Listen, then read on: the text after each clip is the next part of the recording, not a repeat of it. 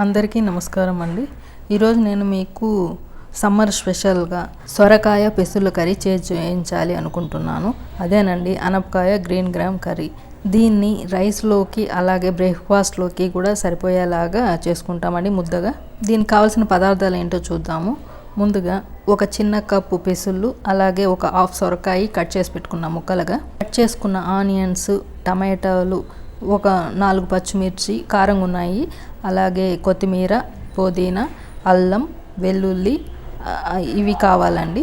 Curry చేసే ముందుగా paste తయారు చేసుకుందాము. మిక్సీ జార్ తీసుకొని అందులో ఒక చిన్న ముక్క కొబ్బరి అండి ముక్కలుగా చేసుకొని వేసుకుందాము. అలాగే ఇంచు చెక్క, ఒక 3 లవంగాలు, మనం ఇందాక చూపించిన పచ్చిమిర్చి, పుదీనా, కొత్తిమీర, అల్లం, వెల్లుల్లి, అలాగే జీలకర్ర ఒక 1/4 స్పూను, ధనియాల పొడి ఒక 1/2 స్పూను, జీలకర్ర లేకపోతే జీలకర్ర పొడి అయినా వేసుకోవచ్చు అండి.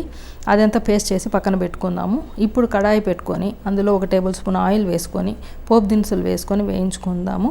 మీరు ఆయిల్ ఎక్కువగా వాడేవారైతే ఇంకాస్త ఎక్కువే వేసుకోవచ్చు. అలాగే కరివేపాకు వేసుకొని వేయించుకోవాలి.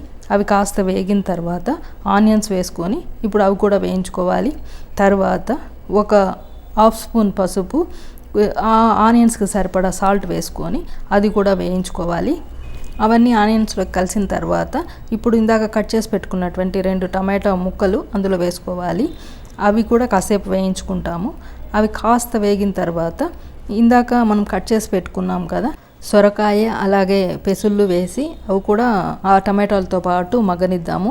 ఒకసారి వేయించుకొని మూత పెట్టి కాసేపు మగ్గనిద్దాము. ఎందుకంటే టమాటాలో వాటర్ ఉంటాయి కదా, ఇవి కూడా కాస్త మగ్గుతాయి. పెసుళ్ళు ఏమి నానబెట్టుకోలేదండి, అవి తొందరగానే ఉడికిపోతాయి కాబట్టి అలాగే వేసాను. ఇప్పుడు కాసేపు మూత పెట్టి మగ్గనిద్దాము. మనకు తెలుసు పెసుల్లో హై ప్రోటీన్ ఉంటుంది, అలాగే చలవ చేసే గుణం కూడా ఉంటుంది కదండి.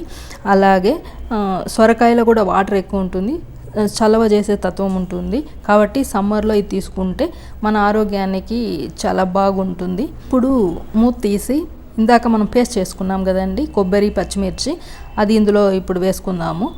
అంతా ఆ మిక్సీ జార్లో ఉన్నదంతా తీసి ఇందులో వేసేసి వేయించుకుందాము. అది పచ్చివాసన పోయేదాకా వేయించుకుందామండి. ఇప్పుడు అంతా కలిపేసి కాసేపు ఒక 2 మినిట్స్ మూత పెట్టి ఉంచుదాము. ఈ కర్రీ చాలా బాగుంటుందండి. రైస్లోకైనా, చపాతీలోకైనా, దోశల్లోకైనా చాలా బాగుంటుంది.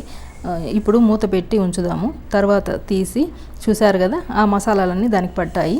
ఇప్పుడు ఇందాక మిక్సీ జార్లో నుంచి తీసి వేసుకున్నాం కదా, ఆ మిక్సీ జార్ను కూడా ఒకసారి వాటర్ వేసి అందులో పోసుకుందాము. తర్వాత కొద్దిగా అండి ఆ ముక్కలు ఇప్పుడు ఆల్రెడీ ఒక 30% ఉడికిపోయి ఉంటాయి. అవి జస్ట్ ఉడకడం కోసం ఎక్కువసేపు ఏం పట్టదు కదండి. పెసలు ఉడకాలన్నా, ఆ ముక్కలు ఉడకాలన్నా ఎక్కువ టైం ఏం తీసుకోదు. కాబట్టి అవి జస్ట్ కొద్దిగా మునిగేదాకా వాటర్ వేసుకుంటాము. అది కాసేపు అలాగే మూత పెట్టి ఉడకనిద్దాము.